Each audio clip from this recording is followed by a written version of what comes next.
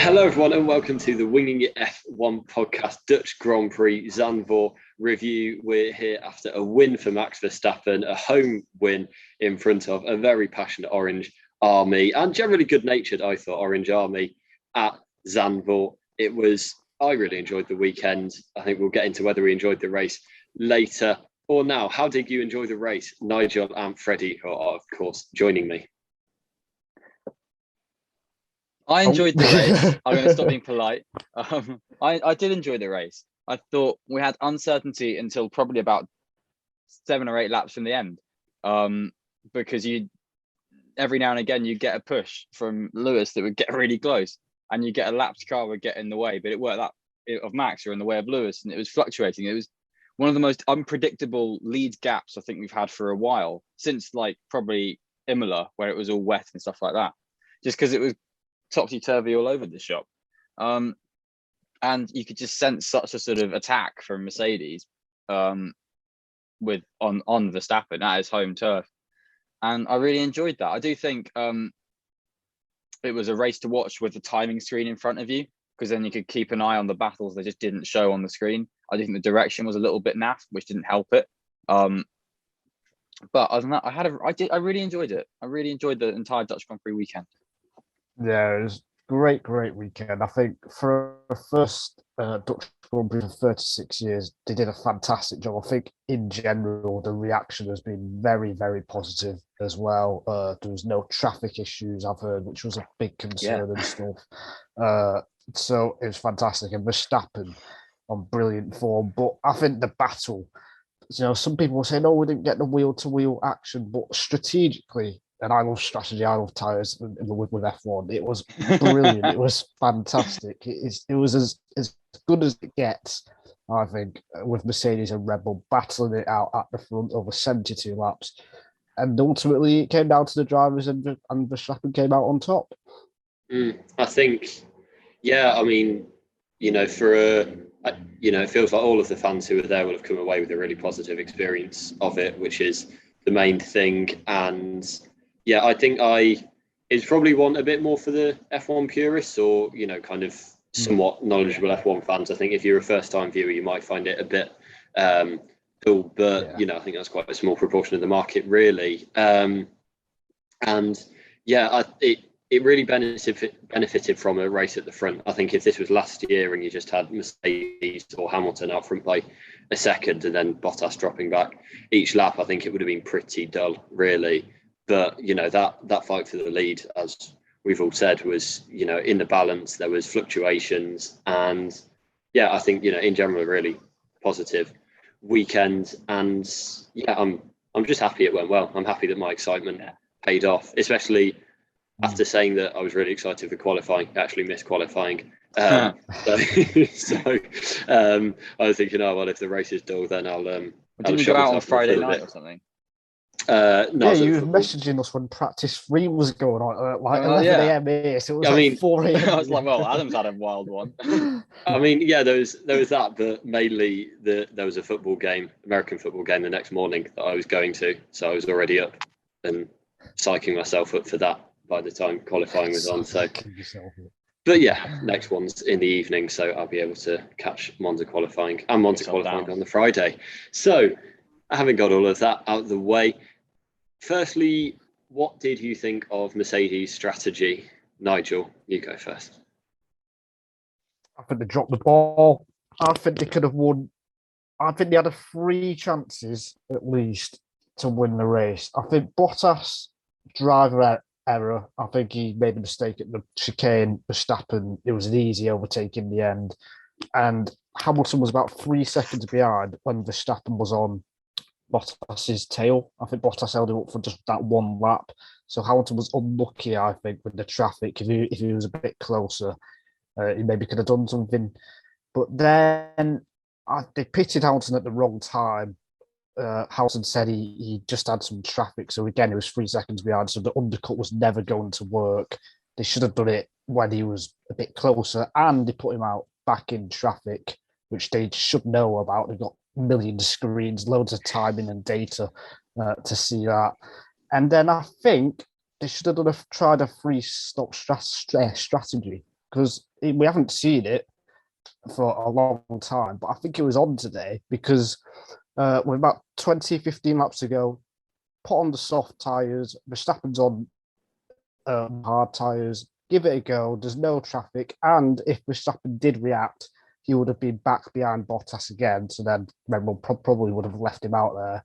So they should have given Hamilton more chances, I think. They might not have won, but I think there were more chances for Mercedes to win, and I don't think they got it right today. I agree with all of that, apart from the 3-stop, which I'm 50-50 on. Yeah. Which I think was probably where Mercedes were at with it. I think the pit stop time loss was, for such a short pit lane, was actually relatively long in Zandvoort. It was in like 26, 27 seconds. I thought which it was is 21. Why, yeah, I thought the graphic was a bit off that they showed. The graphic was wrong. I'm sure it was 21. Okay. But, well, if it's 21, then that's different. But it's still like, in such a short lap, it's a lot of time to make up with 20 laps to go. Whereas somewhere like Barcelona, there's 5 seconds more on the lap, and that kind of thing makes it a bit easier. Whereas it was so sort of relentless around there. I think 20 laps on the softs, they said they were able to manage it conserving their qualifying tyres early on, but Mercedes went so early on that one. Who knows whether if they'd been haranguing some softs, whether it would have actually had the impact they'd wanted to catch Verstappen with that kind of Budapest, Barcelona, France strategy. I think they would have just stayed second anyway if they'd done that. I agree. It's probably, to be fair, it's worth a gamble in that position, but sort of at around lap 55, Hamilton was still able to sometimes take chunks out of Verstappen. So I think they were just going to rely on, okay, just see if you can absolutely nail him. Just some classic mega racing, which nearly paid off, to be honest. I'd say he nearly got within DRS range of Verstappen. And I think it was sort of just leapfrogging the traffic in the right way that probably helped Hamilton at some points and helped Verstappen at other points. So it's that kind of game of chess that I think, I don't know, it was a hard one to call, but I think Red Bull were able to just manage everything that Mercedes threw at them, just because they seem to have that extra little touch of pace that they could just see, oh, Mercedes might be pitting, let's pull out a bit. I would say Red Bull got the strategy spot on, which is what gave Verstappen the win. Because, I mean, it's 2 versus 1. So Mercedes would, they're undoubtedly going to get chances. And I don't think they made the most of it. I think they were pretty equal. And I think Mercedes operationally didn't quite get it right, I don't think. I mean, they were hyper aggressive on the strategy and kind of really pushing kind of every opportunity they got, which they needed to do because, I think they were pretty close on pace all weekend, but I think Verstappen had the edge, to be honest. And, he got an absolutely mega start, a mega first lap. Yeah. And then, from there, it was kind of Hamilton was always on the back foot, trying to close in. So I think, it's the right thing being aggressive on the strategy. And yeah, I think I don't think their kind of mistakes were that major in terms of, I think they were just a bit out every time. And margins are so small, though, aren't they? Yeah. It's small margins, and that's kind of why we love F1. But the second stop onto the mediums was, just put it back a lap. Verstappen wasn't pitting, the next lap anyway. I think just put that back a lap and you sorted. And they just, I think it's just things. There, a couple of moments like that they didn't, discounting the stuff with the fastest lap at the end, which was ridiculous. But outside of that, I thought it was aggressive and I think the right ideas. Again, I think I agree on the 3-stopper that I don't think it would have worked either way. It's probably worth going for it, but I can see why they didn't. And as I say, I don't think it would have affected the result. But I think, they threw everything at Verstappen, just maybe not necessarily aiming correctly every time. I think Mercedes' strategy, I would say overall, it's not been quite as good as Red Bull's this year. And I think the stakes are going to win or lose this year's championship. And I think these small errors, if it does come down to the final race, could be crucial in races where it are nearly equal, such as the one we had this weekend. I mean, I don't think. I think even if they nailed their strategy, I don't really think they would have got it. To be honest, I don't think Hamilton could have undercut Verstappen in the final stop or the final stop that they both did. I don't think that. I think it got really close for the first one. He was getting 2 seconds on his outlap. They had, what was it, a 3.5 second stop for his first stop to Verstappen's like 2.4, something like that. Yeah, again, slow pit stop. Yeah, and I think that second would have put him well within a DRS range of Verstappen on warm tyres to probably have a decent attack. And I think for me, that was the most crucial sort of, basic operational moment that lost Mercedes a really key chance. So just for on track effect, which I think, Red Bull were just on it, and Red Bull had a harder pit box because it was so narrow there. They were showing some clips of when you see them pull the sort of pipes back with the guns, and occasionally you have like one mechanic just tugs it back about a foot. They were tugging them back like they were trying to pull in a cart horse. It was to let the other cars go through, and Red Bull had to weave through that, whereas Mercedes could get a straight line into their pit box because of their great 2020. So that's what they will do it for. Yeah. Exactly. Even so, I think Verstappen was, as I say, I think he just had the pace advantage throughout. I think it was about 3 seconds when Hamilton came in. Obviously, Red Bull nailed their pit stop as they always do, apart from once this season when it was Perez. But apart from that, I truly don't think that Verstappen was going to lose that. And equally, with Bottas slowing up Verstappen, I think it was the right move, and he just got, he didn't quite nail the chicane, and Hamilton was 3 seconds back, which was pretty. That was crucial at that stage. But at the same time, I don't think Hamilton would have got through. We kind of saw how tough it was for Max to pass Bottas, who's a faster driver in marginally the faster car on faster tyres, and he still took a while to pass Bottas, and I don't think Hamilton would have been able to do any different. So I don't think it would have affected the result really either way. Yeah, but they didn't get full marks for their strategy. But it's good. It made the race interesting, and I'm glad they did go for the strategy. What was going on at the end, Freddie, with the fastest lap and soft tyres? Oh, it was just So Bottas had vibrations on his tyres, and they had what did they have? They had about 45 seconds to Gasly. So they thought, you know what, may as well. Half of Holland. Yeah, they had about 20 calendar years back to Gasly, and so that's that's enough for a safe pit stop. But because of the fastest lap rule, that means he's just going to go really fast. He's going to get the fastest lap. So they brought him into pit. Didn't tell him beforehand that he wasn't supposed to go for the fastest lap. And then when he came out, they said, "Oh yeah, you're on fresh tires, but don't go for the fastest lap, Valtteri." And then he went for the fastest lap, because what do? You drive your car to the best of its abilities, which was way of lap records capable.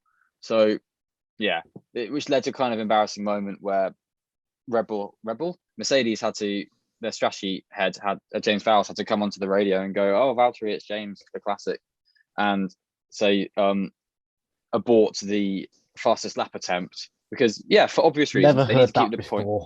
No, it's a really technical way of saying, "Valtteri, just slow down, mate," and which is really which was the right idea for them to do, and I think it's the right idea for them to pit him for safety reasons if they think the tires are going to burst, or at least they can, so they may as well. Because they had pit stop in hand and bad pit stop in hand, which is the main bit.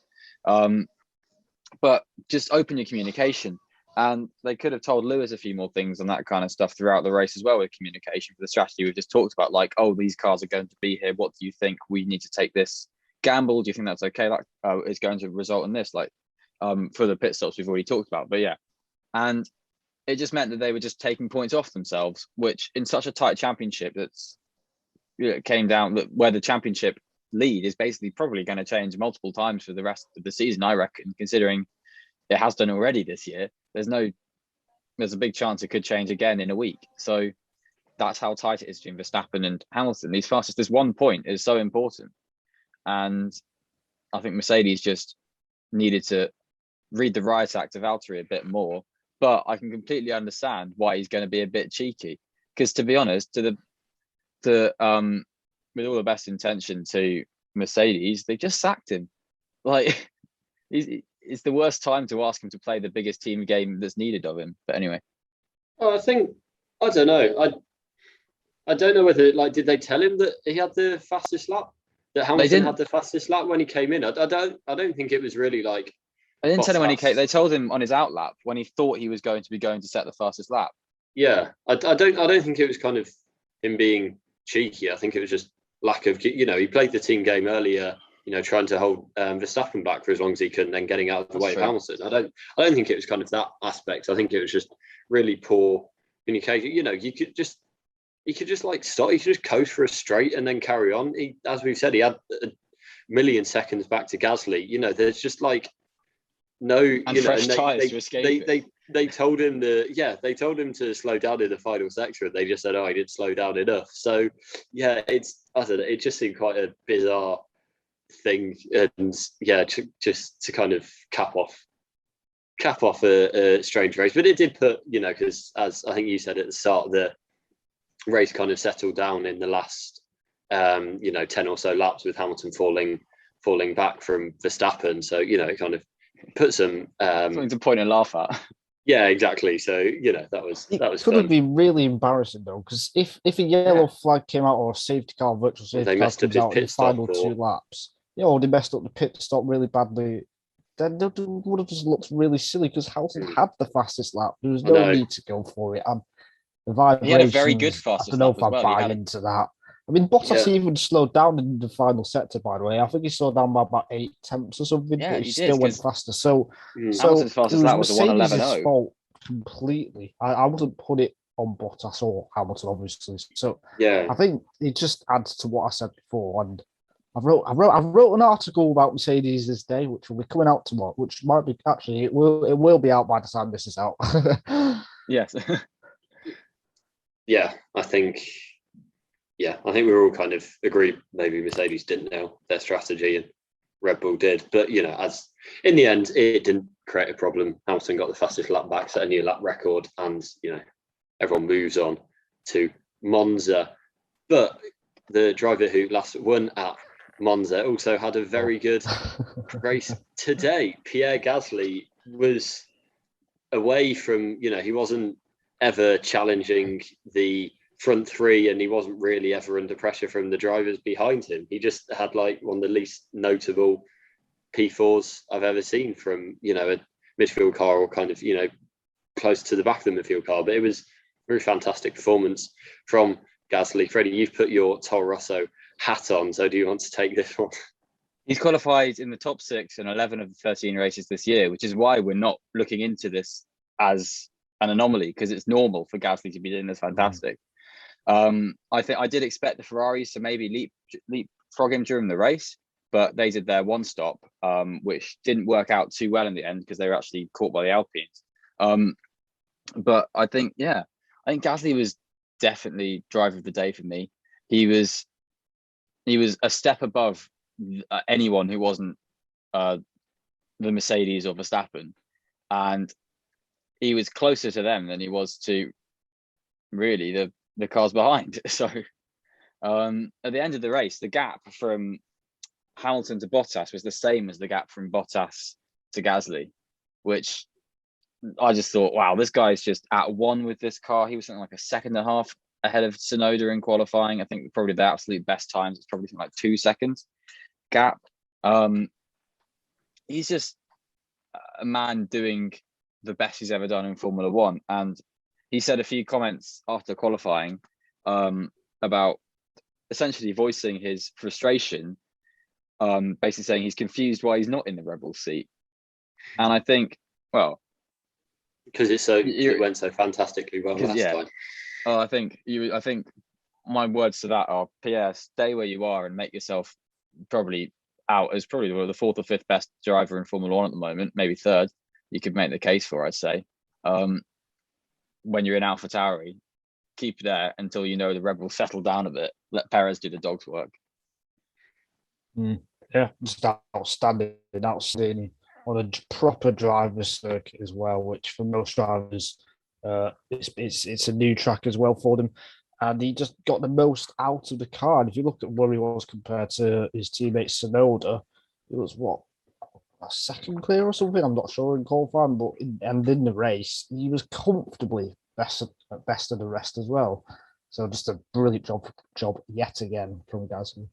And I think it was fantastic from Gasly all weekend, and he's just he wasn't even on screen. He just he was just there. He was just driving. He just went for a 2-hour drive in Holland, and that was it. He was never in any battles. He was never kind of within any of the pit stop windows or anything like that. He just drove, and that was it. And there's across the line comes Gasly P4. That was it. It was so kind of quiet and assured, really, from him. I think just as a wider point, the gap between the top three and the rest of the grid was just insane. I think a combination of the short, lots of corners. A short track with lots of, a short track with lots of corners and a semi-mixed up grid. The drivers like Norris and Perez and maybe Leclerc that you'd expect to be up there and have at times kind of challenged the podium this year on pure pace weren't. So there was that, but it was just everyone bar the top three finished at least a lap down. There were 5 drivers who were 2 laps down, and Russell finished ahead of Mick Schumacher despite having retired on before the end of the race, and he was still classified ahead of Schumacher. So it was just different levels today between the Mercedes and Red Bull and rest of the grid, and it made it quite interesting. I think having that, the pit window was always open in terms of positional, not dropping any positions out of the top 3, and the traffic I think made it interesting in terms of lap times with the Hamilton and Verstappen gap fluctuating as they worked through traffic. But it was just there was absolutely no competition for the podium today. No, there wasn't. And Gasly put himself in the best position to benefit from it. And it was, it didn't look like a threat at any point for Bottas, Hamilton, or Verstappen to have a failure or an accident or anything. But if they did, Gasly, it would have been just, I think, normal for Gasly to slot into the 3rd place on the podium. That's how good Gasly is doing at the moment. Not just today, but at the moment. I remember his first podium in Brazil, his win this time last year, pretty much to the day. And we were going crazy about how mad it was and everything like that. It's kind of normal for Gasly to be a podium contender now, I think. He's turned himself around in AlphaTauri. Hats off. Yeah, 100%. I'll take my hat off. The hat that you especially put on for talking about Gasly, me and Nigel I need to wear a hat because my hair is atrocious today. And on that note, I'm not going to do a bad hair link to the next driver. To Robert Kubica.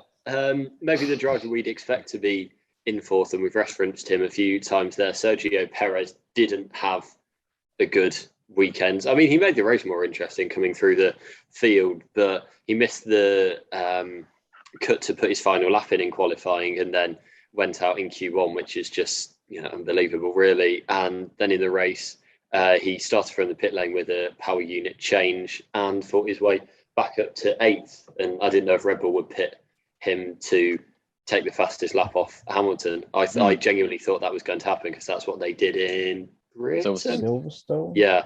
So, but they didn't. But how would you sum up Perez's weekend? It was, I think a decent drive on Sunday, but very odd. I don't know whether to blame the team or the driver, because I kind of think he shouldn't be in that position anyway, because he's in a Red Bull 2nd or 1st fastest car. But then, the team should have. I'm not sure.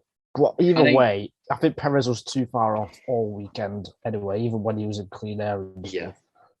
And he's really not going through a good run of form at all. His overtakes were good though, and he did come back through the field as expected, but it's just I'm not sure. I don't think he's got the confidence. I think he's lost some confidence. He has lost confidence. I think you're right. I think it's a lot of things piling up, such as him being the best part of a second off of Max all weekend. And then, of course, like we say, Red Bull getting their sums of it wrong and people just backing up a lot more than really everyone thought they would do at the back of the track. But 8th is his only result in the points since Austria 2 this year, which feels like donkeys ago. Yes, because he crashed in Belgium on the way to the grid. Yeah, exactly. He crashed in Belgium. He went off the road in the sprint race at Silverstone. And to be fair, he was collected in Budapest. But I mean, as a run of 3 races, he was on something like 80 odd points after Baku, and he's on something like only 20 points more in a Red Bull in that long isn't necessarily fantastic. I think he's got the same points as he did last year in the Aston or something like that, or similar. Like, not that much difference. I think, yeah. I mean, to have his contract locked down before Belgium is, a great. I think if it still hadn't been sorted out, if I was Perez, I'd be feeling pretty worried, to be honest, because having the last 2 races missing, the cut in Q1, and then just last week obviously crashing on the way to the grid, it's not been a great 2 weeks for him. So I think maybe going to Monza, we'll talk more on the preview podcast about how we think teams will do, but it is a simpler track for him. I think it should maybe help, just give him a bit of an easier ride next week. But yeah, you're right, it's not been a great run from him on that. I think the problem is he's not able to put it together, because I think it's clear that the elements are there, because he's shown that he can be second row on the grid in qualifying quite comfortably, and he's shown that he does have good race pace, even if it is 2 or 3 tenths behind Verstappen. But nevertheless, that will be, Bottas is sometimes 2 or 3 tenths behind Hamilton, so it'll be kind of similar, I think. So he's not putting it together. Is a bit reminiscent of the grudges they had with Albon, kind of different standards. But it was, that was kind of one of Horner's biggest laments, is that he just didn't have a clean weekend. He didn't have a weekend where he was kind of able to just have a normal free practice and a normal qualifying and a normal race. And that's been the case with Perez for, the last few months, effectively. I'm not kind of comparing the 2 results or I guess the 2. I'm not doing a direct comparison between the drivers, but I'm just saying the situation is very similar to the troubles and kind of public frustrations that they had with Albon. Perez would have been 5th if he didn't obliterate his tyre trying to overtake Nikita Mazepin on lap 6, which was moved in the braking zones. That's one of the longest. That's one of the longest lockups I've ever seen. It was not a good lockup. It decimated a fresh, hard tyre, which was poor from Perez, and did put him. He dropped then 20 seconds behind, overtaking Latifi, I think, not Mazepin, I should say. And then he dropped like 20 seconds back from them, and then pitted for another 20 seconds. So then he was 40 seconds back and had to work that back again, which he did relatively do that pretty well, I think. I might be wrong with my numbers there, but because it seems like a big number. But he came back through and he did get to 8th. But really, without that extra pit stop, he should have been probably 5th, I reckon, in that race. And he had the pace to do it in the race. Collision with Norris was hairy as well, wasn't it? Yeah. I lay that more at Norris than Perez, but Perez just didn't want to be pushed off, if I'm honest. Nigel, do you want to respond to? No, I think that was. I think Freddie's. I'd agree with that with Freddie. Yeah. Okay, the face you were pulling made it look like you didn't, but yeah, I agree as well. I think it was. It showed the onboard of Norris turning left. Yeah, I think so. I think from they've got was it they came together at Austria, didn't they? Yes, it was. And Norris was on the outside that time, so I think there may be some history there. Speaking of Norris, it was kind of, again, a weird weekend for McLaren. You had on Saturday it was Ricciardo who seemed to be in the ascendancy and got through to Q3. Well, Norris didn't, and then on Sunday it was kind of role reversal, but still didn't come out of the race with the points all they would have wanted. And Ferrari are just 3.5 points behind them now. Good race for Ferrari. I thought they were 11.5 ahead. I think. I thought they were quite a bit clear. No, I think they gained like 15 points today, and they were McLaren 3.5 behind coming in. I think. Oh yeah. Sorry, that'll be it. Sorry. Yeah, but yeah. So they dropped behind. Well, yeah, but that kind of serves the point even more that it was a strange weekend, and now they dropped behind Ferrari, which isn't good at all. Anything to add on? They didn't have the pace to me, because even Norris, when he was in clean air in the race, he didn't, storm his way through. He went long, didn't he, in the first stint, and then he even to get past Ricciardo let him through. I think Ricciardo actually had a pretty good weekend. He just didn't have the car, so it's quite unfortunate that he's had a good weekend, but he didn't have the car to be right up there. So that kind of didn't do him justice, unfortunately. It makes Ricciardo look worse. It makes him look like he's still treading water a bit. But you're right. His pace was matching Norris all the way through, and obviously Norris got unlucky with with all the red flags at the end of Q2. But Ricciardo did a better first lap and was on like 7th in the original Q2 running. So hats off to Ricciardo. More hats off. Yeah, McLaren will be hoping that Zandvoort was a one-off with the weird corners and the high speed, because it was. I was very surprised that they were that far back. They were probably 5th or 6th fastest car over the weekend, which isn't good. But they should be strong at the next few races, I think. Monza is a happy hunting ground for them. Yeah, I was about to say that. I think they will come back, but it's kind of there. And this was why I kind of didn't want to make any, predictions for this weekend.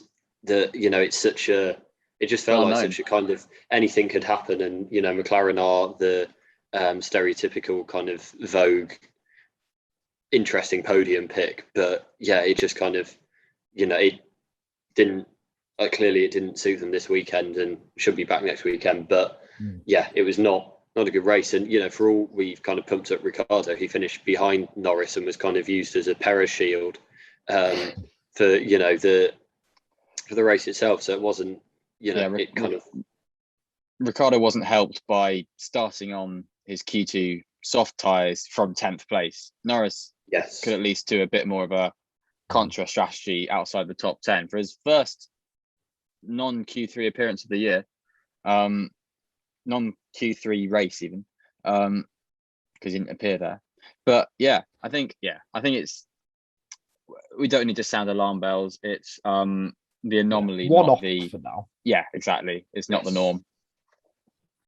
Yes, and the team we just mentioned there, Ferrari, kind of had a quietly good weekend. Leclerc finished 7th, 5th, Sainz finished 7th, and I think with the fight up front and then the midfield action seemed to be more towards the back end of the points. It was not a really notable race for Ferrari, but as we've mentioned, another good haul of points, and they've overtaken McLaren now in the standings. So anything to add on that, or just well done?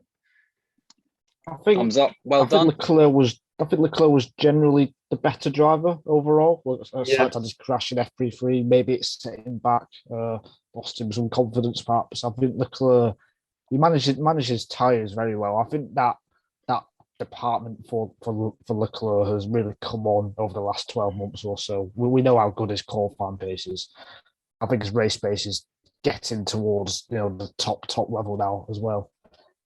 Sainz was actually very critical. Now you mentioned that after the race, he said he just felt like the slowest he's ever felt in a racing car, and he's not happy with the way the day went, and he did get jumped by Alonso, to be fair, at the end. I mean, thumbs up for Leclerc, but actually for Sainz, the race wasn't actually good at all. What was he like? I think he was like 30 seconds behind Leclerc on the end. Yeah, it's pretty average. It was pretty average for Sainz. Quote also shows the level of the Formula Renault UK Winter Series cars that they were running around in, that Sainz was running around in his junior career. But he's it's kind of all well that ends well, and they've done a good job there. And I don't know how well. We'll talk more about how we expect them to go in Monza, but yeah, well done Ferrari and Alpine too, especially Alonso. I mean, they went wheel to wheel around the turn 3, which was very good between the two Alpines, and didn't all end in chaos, but did end up with Alonso ahead, and that was how it stayed really. He finished 6th, Ocon finished 9th, and yeah, just Alonso had a very good first lap, and then nearly rear-ended Ricciardo. Maybe he nearly rear-ended someone. He was rear-ended by Russell, I think, and then he rear-ended Giovinazzi. So there was a few sort of hairy moments that he just brushed off, and then just kind of managed his race really, really well. Ocon was saying, "I'm much faster than him," and at the time Ocon was. But Ocon then ruined his tires and dropped way back, and then Alonso was just, "Oh, I'm managing. I can go faster," and did. So Alonso just he needs to work on his qualifying form, really, if anything. But his race performance today was brilliant. One of his best of the year, I think. I think it was a great drive. He managed his tyres perfectly, I think. He pushed when he needed to, conserved when he needed to. It was a typical Fernando Alonso drive. And it was a typical Fernando Alonso overtake around the outside at turn 3 as well. So I thought he had a great race, Alonso. One of his best results of the year so far, I think, 6th place. Yeah. That's off. Well, not literally, because then Freddie will need to put it back on again. But it was a good performance by, I think they were both pretty strong there, and Alonso was just a bit more of a wily character to get the best out of the track. I think just in general, I was surprised that a lack of carnage. I think in the F3, particularly the last race, it was all over the place on the opening lap and the opening sector, but you didn't get that so much in the F1, which was good. And also, just a general point on Zandvoort, the quality of overtakes I thought was a lot better. There were still ones at the end of the straight, but it wasn't, like some typical tracks, just DRS and heavy braking zone. I think there were less overtakes, but I think in general the quality was higher. And Freddie finishes his wine glass that may or may not have wine in. Done. I'm out of wine. Oh no.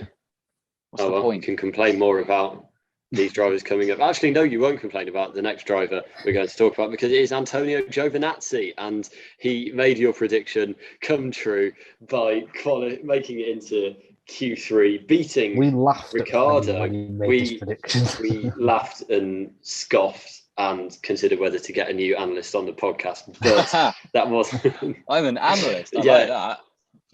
Giovinazzi made it. It was a good moment for you, but then the race, I think he went back to about 10th immediately, and then it was just like a slow decline from there. Yeah, I had just had a hunch that he was going to do well, because he does have good qualifying form, and I thought it was going to be a driver's track. And he phoned you up before saying, "Oh, Freddie, I'm going to go into Q3, so just give it a shout." So I did, and he only went P7, didn't he? Out-qualified both Alpines, out-qualified Ricciardo, was a 10th off the second row. It was one of the qualifying performances of the year, I think, considering where the Alfa Romeo has been. So yeah, well done, Antonio. And he tried to be aggressive on the first lap. He tried not to get swallowed up, but in trying to be aggressive, other people you're able to pounce on that kind of stuff, because if you're aggressive, then it puts you offline and stuff like that. So that didn't work in his favour. And then when it was sort of lap 20 odd, sort of around the pit stop, no, not around the pit stop phases, he got a puncture, which dropped him back. Otherwise, he probably would have been maybe around 10th or 11th for the whole race. Yeah, I think he could have got a point. I think he was on course for it, and it's tough to overtake as well. But you're absolutely right. Fantastic qualifying lap from nowhere as well. Maybe not from nowhere at this track. He was fast all weekend at the track. I kept shouting about it on our little group chat. I kept taking pictures of this order of him in the top 10, going, "Look at Giovinazzi." And you kept ignoring because everyone else hadn't done the qualifying simulation yet, wasn't it? No. He finished in the top 10 it was a great in both FP1 and FP2 at the end of the session. So, and we forget the fact that FP1 was only 20 minutes long. But anyway. Yeah, it was by far his best weekend of the year. I think I can't think of when else he performed so well. So Yeah, this or Monaco for him. For yeah, the season Giovinazzi watcher, which I am. Mm. The lesser spot is Antonio Giovinazzi. Yes, and maybe we won't be doing that next year. Well, maybe we will have some definitive reports to talk about or decisions to talk about in our Monza preview. But yes, for now, it was a very assured qualifying performance from Giovinazzi and not as good a race performance. And yeah, like you say, that first sector is brutal in terms of if you get offline, then you're really in a bad way. So yeah, it was tough for him, but also a word for Robert Kubica, who came in at short notice. Sadly, Callum Ilott didn't get the chance because he chose this week to be in America. But it was still... He was in Nürburgring. Okay, he was doing GT racing, and he's in America next week. So even if Kimi Räikkönen's still not there, then yes, that's it. It's actually looking relatively likely that Kimi will come back. But anyway. Yes, but anyway, Robert Kubica stepped in and actually did better than I thought. I forgot that he was racing for large parts of it, which is good that he wasn't kind of being notably off the pace. And yeah, it's kind of not too much to say apart from it's nice to see him out. And Extremely good job, I thought. I mean, I really thought Yeah. it'd be with the Haas cars, if not behind, because Yeah. only 1 hour of practice. Really tough track as well. To get to the grips of an F1 weekend, to get to the grips with the car as well, is really tricky. I don't think that should be underestimated. So I think Kubica really did very well, as good as he could have, I'd say. And he bedded in. He looked like a typical alpha performance. I don't know if that's it was very Kimi-esque, thing. to be honest. It was but very similar to where you'd expect Raikkonen to. It made me thought, what could Raikkonen have done? But we'll never know. And I think Kubica was great. Yeah, And, he did very well. He didn't drive the medium or hard tyres to the race, and then only drove the medium and hard tyres in the race, and made a one-stop work really well. And he overtook Latifi on the last lap. He was just managing his pace so fantastically throughout the race. Really, he was getting better and better and better. He had a good fight with Sebastian Vettel for a long time, and I think, yeah, to be honest, it was. I'm glad he got this run, because the 2019 season in what was a dog of a car and up against George Russell isn't necessarily going to paint many drivers in the best light. So I think Robert Kubica wasn't amazing in 2019, but he got dealt a bit of a rough deal, and I'm glad that he's had this opportunity to do a very, very, very good job, a Robert Kubica worthy performance, really. I think if this is his final race in F1, I think it's a good way to go out. I guess I know people won't be seeing it as this way because it's a bonus, but yeah, I think he did a commendable job. No, I completely agree, and he actually beat George Russell as well, which Russell retired, didn't he?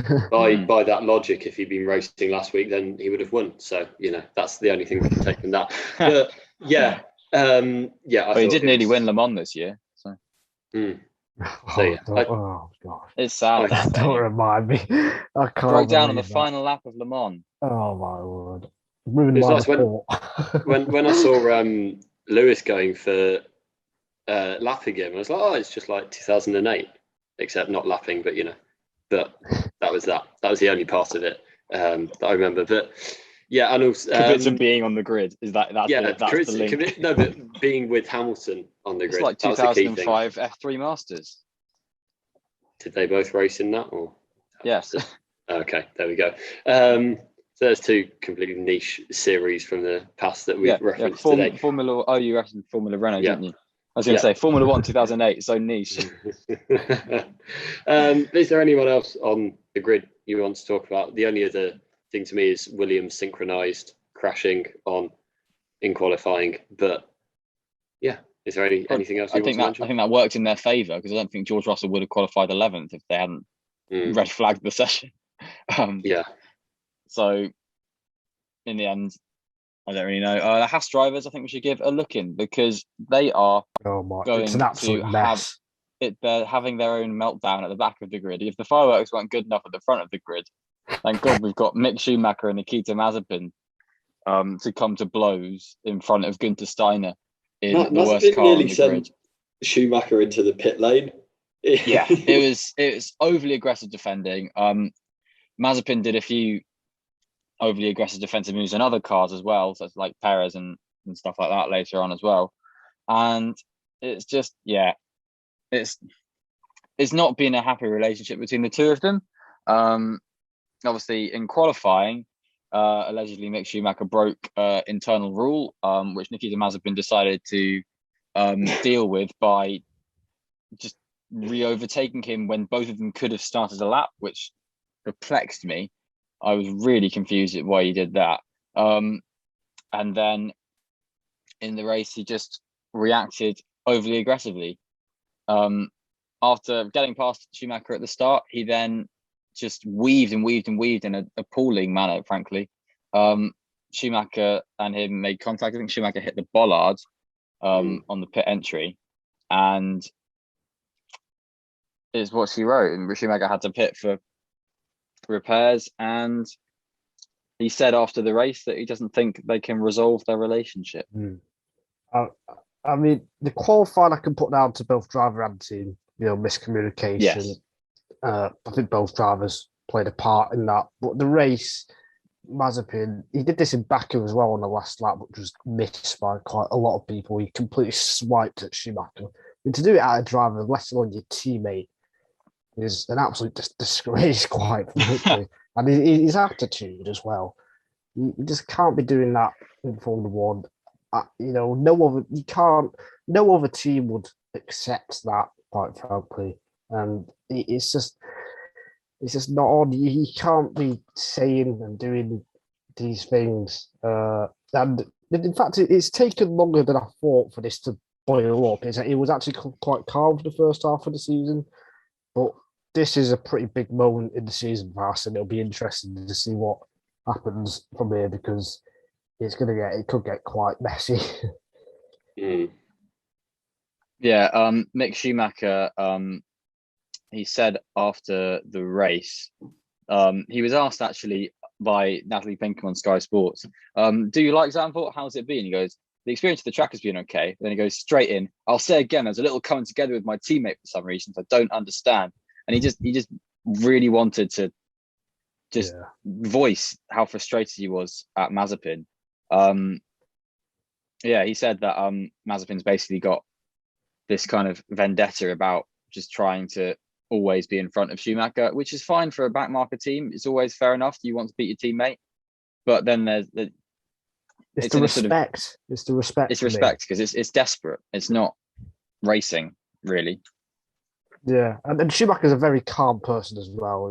His interviews, you don't really get much from them normally. So then for him to do this, it says quite a lot about how much is going on behind the scenes. I don't think he's happy in Haas at all, to be honest. Yeah, he's got nowhere else to go. Surprise. Unfortunately, but it'll be interesting to see how this plays out, because there'll be a lot happening. Are they both in for next season? They're announced some multi-year deals, but I don't think Schumacher's that's not true. Confirmed. Mazepin, I think he will be there. It was like basically owns a team with the sponsors and stuff, but Schumacher, not it's a case 100%. Of is it? They've basically said with Schumacher, the party line is that it's just a case of finalising stuff. But I think said that for a couple months now, though. Exactly, that's come on that's been going for some time. So who knows? I think Bernie Eccleston said he should go to AlphaTauri, but that's a Bernie Eccleston thing. So I don't know. I think Schumacher is a property on the driving market currently, but I think most people are just steering clear because he's got a safe seat. Yeah, I think.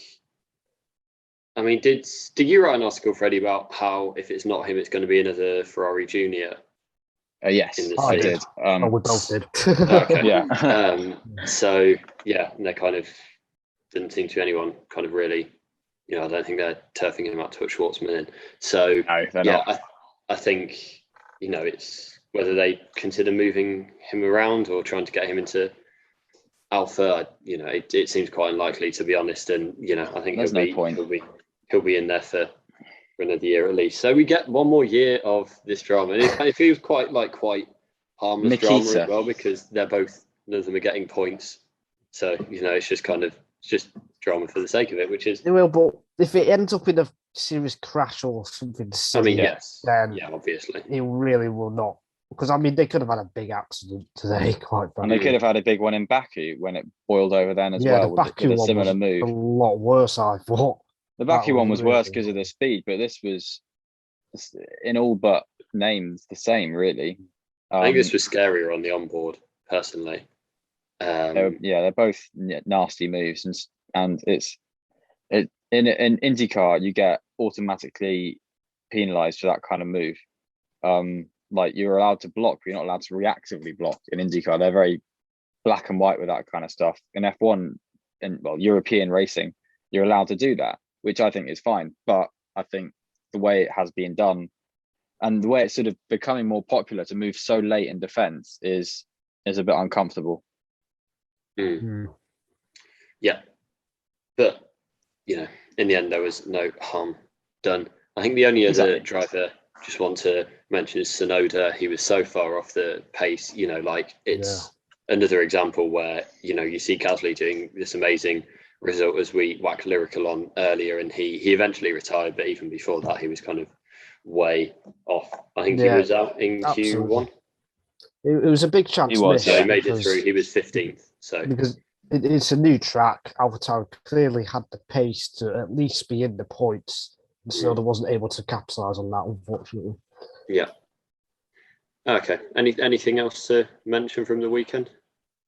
Other than, we've ended on a bit of a sour note there, but I think, look back to how we started this podcast. We were raving about how much we loved Zandvoort, and I think everyone there I am immensely envious of, because it looked like an absolute ball of a Grand Prix.